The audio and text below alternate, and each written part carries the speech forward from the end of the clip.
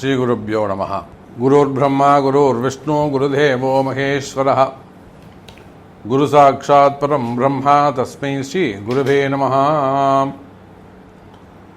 ஆதித்யாய சோமாய மங்களாய புதாய ச குரு சுக்ரசனிபியச்ச ராகவே கேதவே நமோ நமஹ. ஆதித்யாதி நவகிரகங்களை வணங்குகிறேன். விசேஷமாக கேது பகவானை பிரார்த்திக்கிறேன். உலகம் முழுவதும் வாழக்கூடிய என் அன்பு பக்தர்களே, எல்லாமுள்ள அன்னை வாராகி தேவியுடைய பேரருள் உங்கள் அனைவருக்கும் கிடைக்கட்டும். ஜெய் வாராகி, ஜெய் ஜெய் வாராகி.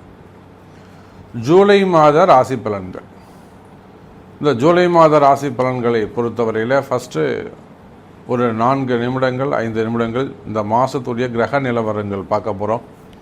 அதுக்கு அடுத்த 10 நிமிடங்கள் தொடர்ந்து உங்கள் ராசிக்கான ஸ்பெசிஃபிக்கான ராசி பலன்கள் எப்படி இருக்குது, இந்த மாதம் என்னெல்லாம் கை கொடுக்கும், எந்த சப்ஜெக்ட்லாம் ஜெயிக்கும் அப்படிங்கிறத நம்ம பார்க்க போகிறோம். எந்த மாதிரியான பிரச்சனைகளுக்கெல்லாம் தீர்வு கிடைக்கும், இதையெல்லாம் நம்ம பார்க்க போகிறோம். ஸோ இந்த ஜூலை மாதத்தை பொறுத்தவரையில் செவ்வாய் பகவான் ஆட்சி பலம் பெற்றிருக்கிறார். நாம் நம்மளுடைய சேனலில் இந்த செவ்வாய் பெயர்ச்சி அப்படின்னே ஒரு பதிவு போட்டிருக்கோம் 12 ராசிக்கும். அதை பார்த்தீங்கன்னா ரொம்ப எளிமையாக உங்களுக்கு புரியும். அப்போ இந்த ஜூலை மாதம் முழுவதுமே செவ்வாய் பகவான் மேஷ ராசியிலே சூரியன் உச்சம் பெறுகின்ற வகையிலே ரொம்ப ஆட்சி பலம் பெற்று தத்ரூபமாக பிரகாசிக்கின்றார்.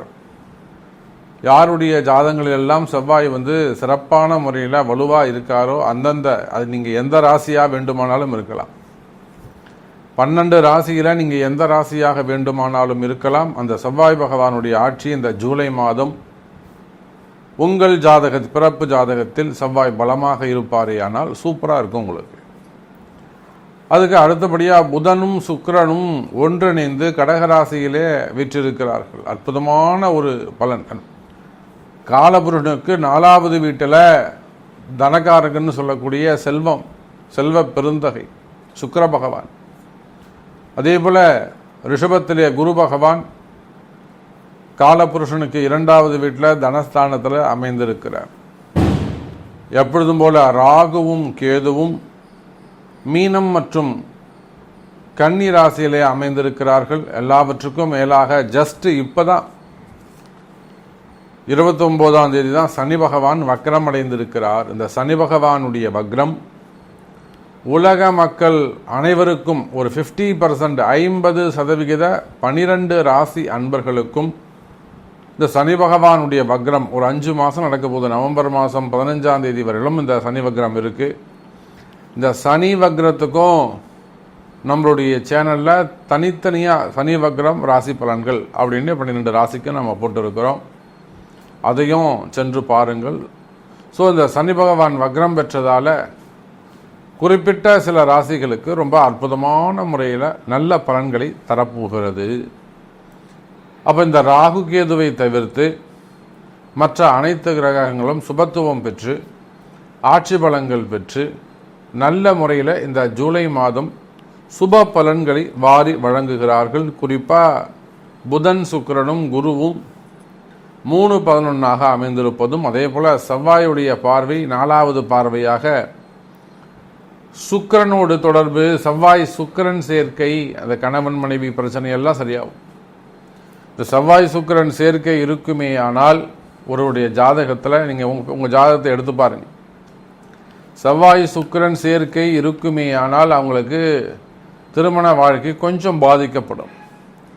அந்த செவ்வாயும் சுக்கிரனும் சுபர்கள், குரு அல்லது பூர்வ புண்ணியாதிபதி ஏதேனும் பார்ப்பாரே ஆனால் அற்புதமான மன வாழ்க்கை அவங்களுக்கு அமையும். நிறைய திருமணத்தில் தடைகள் வருது, பிரேக்கப் வருது, கல்யாணமான 6 மாதத்துலேயே அந்த பொண்ணு ஓடி போகுது, இல்லைனா பிரிஞ்சு டைவர்ஸ் கேஸ் போடுது.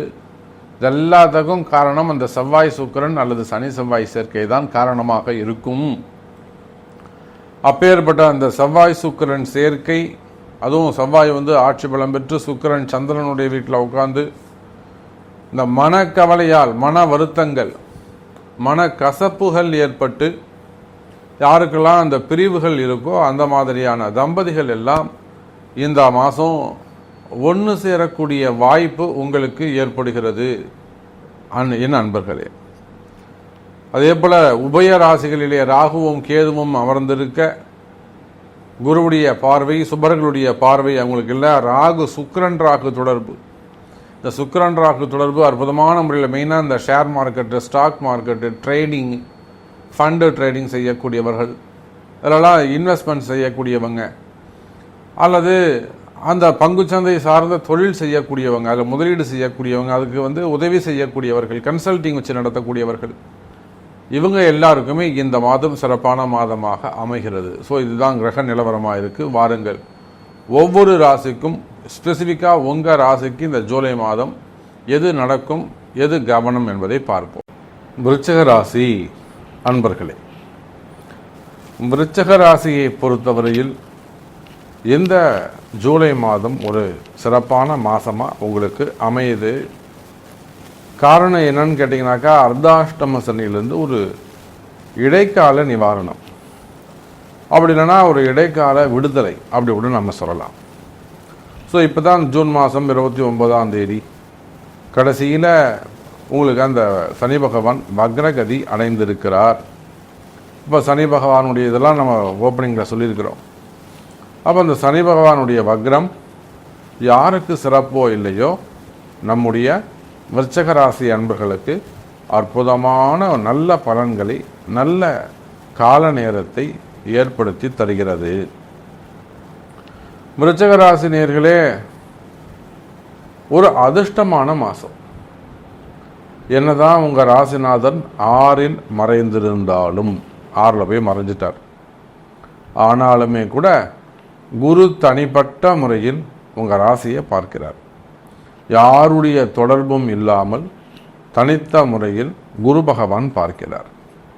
அப்போ ஒரு பக்கம் சனி பகவானுடைய அந்த அர்த்தாஷ்டம சனியிலிருந்து விடுதலை பெற்றதும், இன்னொரு பக்கம் குரு பகவானுடைய பார்வை, ஒரு பக்கம் உங்கள் ராசிநாதன் ஆட்சி பலம் பெற்றிருப்பது, அதே போல சுக்கிரனும் உங்களுக்கு 7ஆம் அதிபதியாக வரக்கூடிய சுக்கிரன், அவரும் புதனும் சேர்ந்து சந்திரனுடைய வீட்டில் அமைந்திருப்பது, இந்த கிரக அமைப்புகள் எல்லாம் விருச்சிக ராசிக்கு சுபத்துவத்தை, சுப பலனை தருகிறது.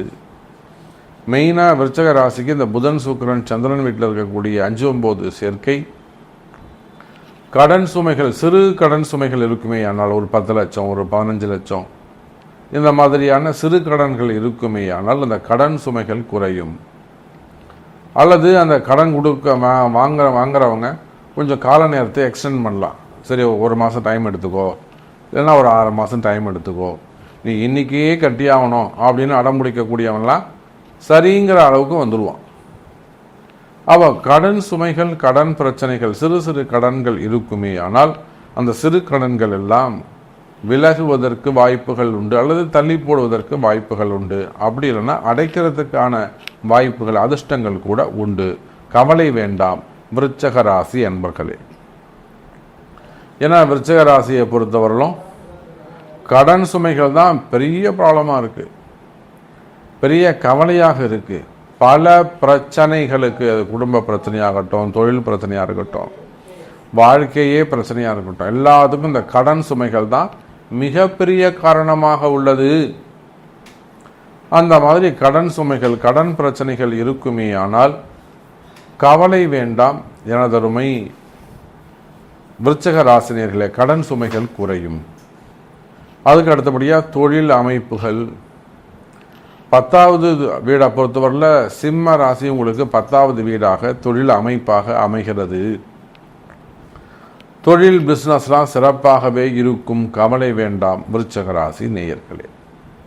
10ஆம் அதிபதினு சொல்லக்கூடிய சூரியன் அற்புதமான முறையில் குருவுக்கு 2-12ஆக உங்களுக்கு 8இல் மறைந்தாலும் நிறைந்த பலனை தருவார்.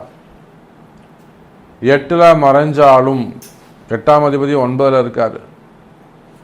நிச்சயமா எனதருமை விருச்சிக ராசினியர்களே, செய்தொழில் முன்னேற்றம் இருக்கும், தொழில் அமைப்புகளில் நல்ல முன்னேற்றம் இருக்கும், வருமானங்கள் அதிகரிக்கும், பிஸ்னஸ் இன்க்ரீஸ் ஆகும், டிரான்சாக்ஷன் நல்ல முறையில் இருக்கும், வரவு செலவுகள் அதிகரிக்கும். அப்போ வரவு செலவுகள் அதிகரிக்குமே ஆனால் உங்களுடைய கடன் சுமைகள் ப்ராஃபிட் இன்க்ரீஸ் ஆகும். அதை வச்சு கடன் சுமைகள் குறையும்.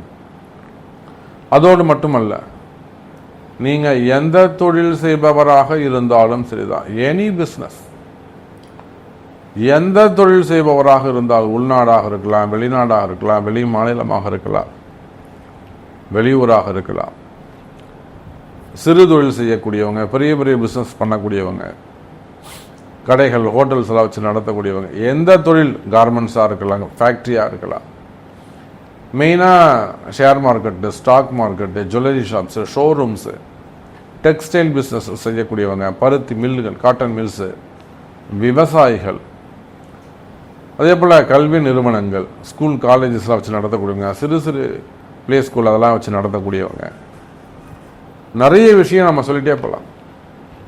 அப்போ ஒரு ஓரளவு ஒரே வரியில் சொல்லணும்னா, நீங்கள் எந்த தொழில் செய்பவராக இருந்தாலும் சரிதான். தொழில் அமைப்புகளை பொறுத்தவரையிலே உங்கள் தொழிலில் இருக்கக்கூடிய கஷ்டங்கள் விலகும். நிறைய விருச்சிக ராசி அன்பர்கள் என்ன சொல்லுவாங்க, எனக்கு பிஸ்னஸ் நல்லா இருந்தது சாமி, பிஸ்னஸ் சூப்பராக இருந்தது சாமி, இப்போ திடீர்னு ஒரு 6 மாதமாக வியாபாரம் படுத்துடுச்சு, ஏதோ ஒரு சில பிரச்சனையாக இருக்குது, 2 வருஷமாக இப்படி இருக்குது, 1 வருஷமாக இப்படி இருக்குது, 3 வருஷமாக இப்படி இருக்குது, 7.5 சனியில் கூட எனக்கு நல்லா சூப்பராக போச்சு, கொரோனாவில் கூட எனக்கு சூப்பராக இருந்தது பிஸ்னஸ், நான் ஆரம்பித்தேன் 6 மாதம் இப்படி இருந்த புது பிஸ்னஸ் ஆரம்பித்தேன், நான் இந்த மாதிரி ஒரு பெரிய லெவலில் ஆரம்பித்தேன், வெளியூரில் போயிட்டு ரெசார்ட்டில் போட்டேன், என்னென்னவோ கதை சொல்லுவாங்க, வித்தியாசம் டிஃப்ரெண்ட்டான ஸ்டோரிஸ் சொல்லுவாங்க, இன்வெஸ்ட்மெண்ட் பண்ணேன்.